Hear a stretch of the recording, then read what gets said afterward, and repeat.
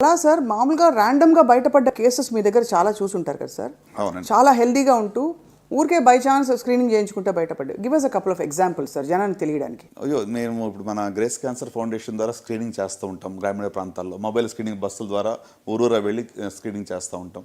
So వాళ్ళు అసలు చాలాసార్లు ఏముంటుందంటే మాకు టెస్టులు ఎందుకు, మాకు ఏమీ లేదు కదా, టెస్టులు చేయించుకుంటే ఏదో లేని జబ్బు ఇస్తారేమో అనే భయంతో కూడా పార్టిసిపేట్ కూడా చేయరు చాలాసార్లు. ఎంతో వాళ్ళు మోటివేట్ చేసి మనం చేస్తే ఎన్నో కొన్ని వందలాది పేషెంట్స్ అర్లీ బ్రెస్ట్ క్యాన్సర్. ఇప్పుడు చూడండి, రొమ్ము క్యాన్సర్ మనకి చేతికి రొమ్ము కరిగి తగలాలంటే అట్లీస్ట్ 1 నుంచి 2 సెంటీమీటర్లు ఉండాలి. అవును. కానీ మ్యామోగ్రఫీలో 2 నుంచి 3 మిల్లీమీటర్లు ఉన్నా కూడా తెలిసిపోతుంది. కరెక్ట్. అంటే మనకి చేతికి తగిలి తెలిసి అంతకన్నా ముందుగానే దాన్ని మనం కనుగొనవచ్చు. సో ఇది చాలా వాల్యుబుల్ ఇన్పుట్ మీరు ఇస్తుంది సార్. బికాజ్ చాలామంది నేను టెస్ట్ చేసుకున్నాను, షవర్లో టెస్ట్ చేసుకున్నాను, కొంతమంది స్నానం చేస్తున్నప్పుడు నాకేమీ లేదనుకుంటారు. కానీ మీరు అనేది చాలా చిన్నగా ఉంటే అది కనపడదు, అసలు మన చేతి తగలదు. కాబట్టి అంత ఆ లీడ్ టైం మనం గెయిన్ చేస్తున్నాం. అలాగే సార్, ఓకే, ఇది మనకి స్క్రీనింగ్కి సంబంధించి పురుషులు ఏ స్క్రీనింగ్ చేయించుకోవాలి అంటే ఇలాంటి దీనికి? పురుషుల కాడికి వచ్చేటప్పటికి హై రిస్క్లో ఉన్న వాళ్ళకి low dose CT scan for lung cancer ఉందండి. అలాగే ప్రోస్టేట్ క్యాన్సర్కి ప్రోస్టేట్ స్పెసిఫిక్ యాంటీజెన్ చెప్పాను. కోలాన్ క్యాన్సర్ సంబంధించి కొలోనోస్కోపీ 50 years పైబడిన వాళ్ళకి చేయాలి. అంత మాత్రం కాకుండా మరి ఎవరికైనా టొబాకో చూయింగ్ అవన్నీ హై రిస్క్ ఉంటే కానీ ఓరల్ ఎగ్జామినేషన్ లేకుంటే నెక్ ఎగ్జామినేషన్ అనేటువంటిది అట్లీస్ట్ వన్స్ a year చేయించుకుంటే మంచిది. సో ఇవి 4-5 రకాల క్యాన్సర్ సంబంధించి కామన్గా అందరూ చేయించుకోవాల్సిన పరీక్షలు. Screening correct.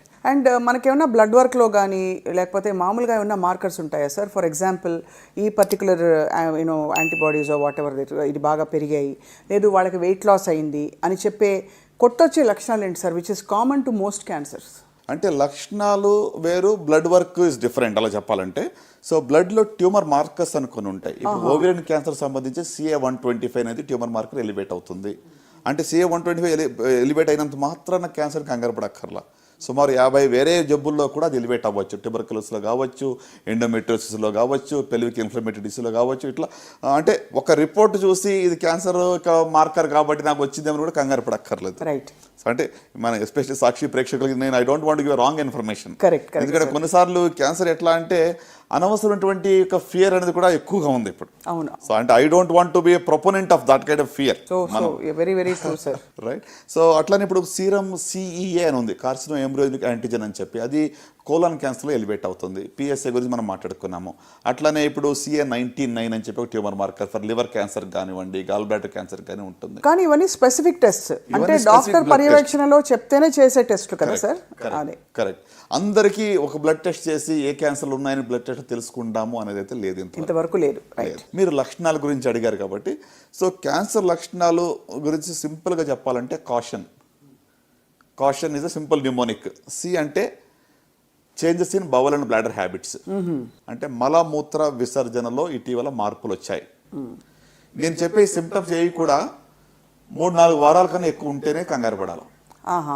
ఒక్కసారి విరోచనలో ఇవ్వగానే నాకు ఏదో క్యాన్సర్ ఉందేమో, లూజ్ మోషన్స్ అని అనుకోవద్దు. సో మలమూత్ర విసర్జన మార్పులు అంటే ఎక్సెసివ్ కాన్స్టిపేషన్, మోషన్ అవ్వటం లేదు, లేక మోషన్లో బ్లడ్ పడుతుంది, మోషన్లో చీమ్ పడుతుంది, లేకుంటే నాకు తినబుద్ధి కావటం లేదు. So blood in the stool కానివ్వండి, బ్లడ్ ఇన్ ద యూరిన్లో కూడా బ్లడ్ పడినట్లయితే స్టోన్ వల్ల కూడా పడవచ్చు, బ్లాడర్ ఇన్ఫెక్షన్లో కూడా పడవచ్చు, ట్యూమర్లో కూడా బ్లడ్ పడవచ్చు. కరెక్ట్. సో కనుక anything which is there for 3 to 4 weeks మలమూత్ర విసర్జనలో ఇటీవల మార్పులు వచ్చాయి అంటే అది ఒక లక్షణంగా భావించవచ్చు. అది ఓకే.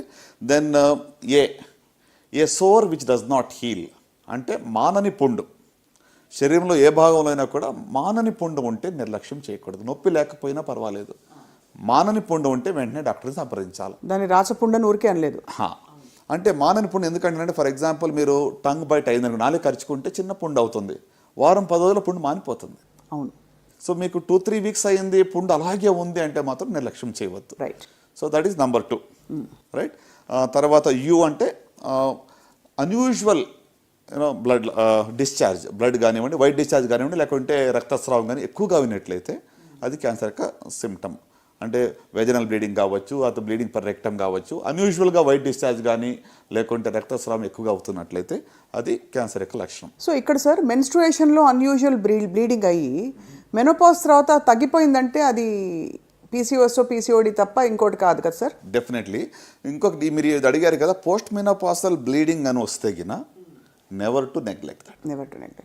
సో పోస్ట్ మెనోపాజల్ బ్లీడింగ్లో యూటరిన్ క్యాన్సర్ ఉందా లేదా అని తెలుసుకోవడం చాలా ప్రాముఖ్యం. నెంబర్ 1 ఇంటెన్షన్ మాకు అదై ఉంటుంది. పోస్ట్ మెనోపాజల్ బ్లీడింగ్ అనేది అసలు డాక్టర్ నిర్లక్ష్యం చేయకూడదు, పేషెంట్ నిర్లక్ష్యం చేయకూడదు. రైట్. సో కనుక వైట్ డిశ్చార్జ్ కూడా ఎక్సెసివ్గా అయితే కూడా నిర్లక్ష్యం చేయకూడదు. So unusual discharge or bleeding ఇది third category of symptoms. Right. So next ఇప్పుడు మనకి CIU అయిపోయింది. T అంటే thickening or lump anywhere in the body.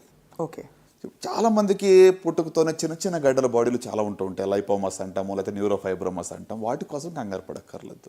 ఇటీవల గడ్డ ఏర్పడింది, నాకు నొప్పి లేదు కానీ ఆ గడ్డ సైజు పెరుగుతూ ఉంది అంటే మాత్రం నిర్లక్ష్యం చేయకూడదు. ప్రత్యేకంగా మరి యంగ్ ఫీమేల్స్ నేను చెప్పాల్సింది ఏంటంటే ఆడవాళ్ళలో 20 to 40 yearsలో ఉన్న వాళ్ళలో పాలగడ్డలు అంటాము, ఫైబ్రోడినమస్ అంటాం. సో 90% అవి బినైన్, మామూలు గడ్డలు, అవి క్యాన్సర్ గడ్డలు కాదు. సో నాకు రొమ్ములో కనుతుంది కాబట్టి ఏదో క్యాన్సరా అని కూడా ఊరుకునే కంగారు పడద్దు. రైట్. బట్ మీకున్న కణితి బినైనా లేక మ్యాలిగ్నెంట్ అని తెలుసుకోవడానికి మాత్రం ఒకసారి డాక్టర్ని సంప్రదించండి. సో ఇటీవల కణితి రొమ్ములో కానీ శరీరం ఏ భాగంలో అయినా కూడా కొత్తగా కణితి ఏర్పడి అది సైజు పెరుగుతూ ఉంది, నొప్పి లేకుండా ఉన్నా పర్వాలేదు, దాన్ని మాత్రం నిర్లక్ష్యం చేయకూడదు. So that is thickening or lump anywhere in the బాడీలో ఎక్కడైనా కూడా కొత్తగా కణితి ఏర్పడడం. రైట్. సో నెక్స్ట్ ఐ అంటే indigestion or difficulty in swallowing.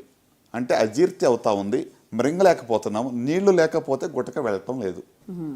అంటే లిక్విడ్స్ ద్రవ పదార్థాలు ఈజీగా తీసుకోగలుగుతున్నాం కానీ చపాతీలు కానీ లేకుంటే హార్డ్ ఫుడ్ నేను తీసుకోలేకపోతున్నాను, మింగలేకపోతున్నాను అంటే దట్ ఈస్ అ సైన్, ఒక లక్షణంగా మనం భావించవచ్చు. ఫుడ్ పైప్ క్యాన్సర్కి లక్షణం అయి ఉండొచ్చు.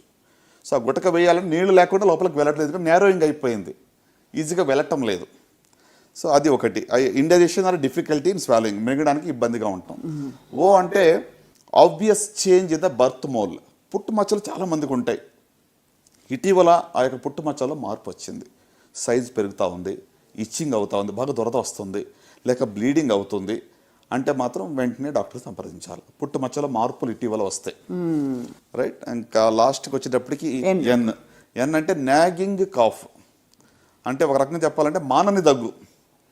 3-4 weeks అయింది. ఈ మధ్యన కోవిడ్ వేవ్ 2 అయిన తర్వాత ఇక రకరకాల వేరియంట్స్లో దగ్గు 1 month కూడా సర్వసాధారణంగా వస్తూ ఉంది. Right sir. But otherwise more than 6 weeks మానని దగ్గు ఉన్నట్లయితే, మరి మీ గొంతుకు బొగ్గురు పోయినట్లయితే తప్పకుండా డాక్టర్ సంప్రదించాలి. దట్ ఇస్ సంథింగ్ దట్, అంటే దాన్ని మనం ఇగ్నోర్ చేయవద్దు. ఓకే, ఇది కాషన్. అద్భుతం సార్.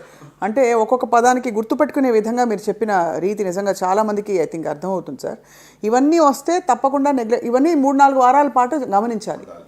అంటే నేను ఇంకొక మాట ఇక్కడ మీతో చెప్పాలి. ఈ కాషన్ అన్ని గుర్తుపెట్టుకుని రోజు ఈ కాషన్లో ఉన్నాయని నాకు ఉన్నాయని కంగారు పడకుండా, ఒకవేళ ఇంకా సింపుల్గా నాకు తెలియాలని ఆశ ఉంటే, ఇటీవల నా శరీరంలో ఏదో తేడాగా ఉంది, తెలియని వెయిట్ లాస్ ఉంది. లాస్ట్ 3 monthsలో నేను మోర్ దెన్ 10% వెయిట్ లాస్ అయ్యాను, ఆకలి లేదు అనేది జనరల్ సిమ్టమ్స్. అంటే మన శరీరము మనతో మాట్లాడుతుంది. Correct. Your body is talking to you. Listen so me listen to your body. Simple.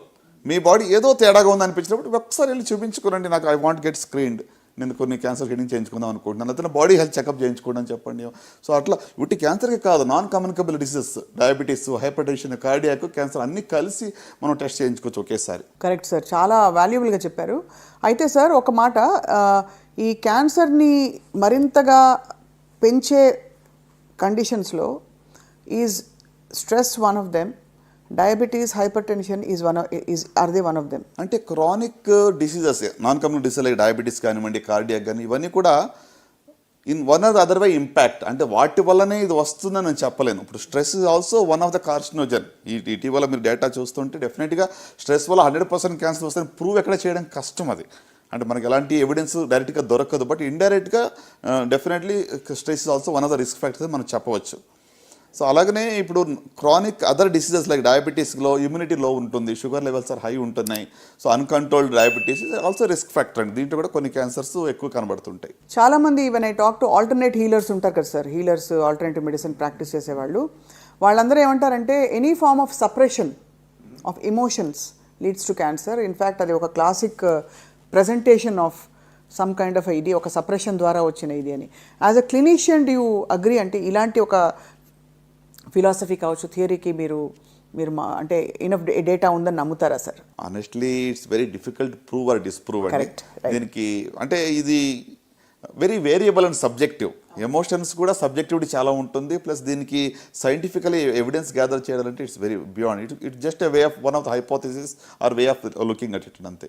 కానీ మొత్తానికి సార్ కాషన్ అండ్ అలాగే ర్యాపిడ్ చేంజెస్ బాడీలో అవుతే గమనించుకుంటూ ఉండడం అనే ప్రాథమిక లక్షణాలు, అలాగే స్క్రీనింగ్ ఎవరెవరు ఏ స్క్రీనింగ్ చేయించుకుని కొన్ని క్యాన్సర్ల బారిన పడకుండా అయినా కాపాడుకోవచ్చో అద్భుతంగా వివరించారు డాక్టర్ చిన్నబాబు సుంకపల్లి గారు. Thank you so much sir.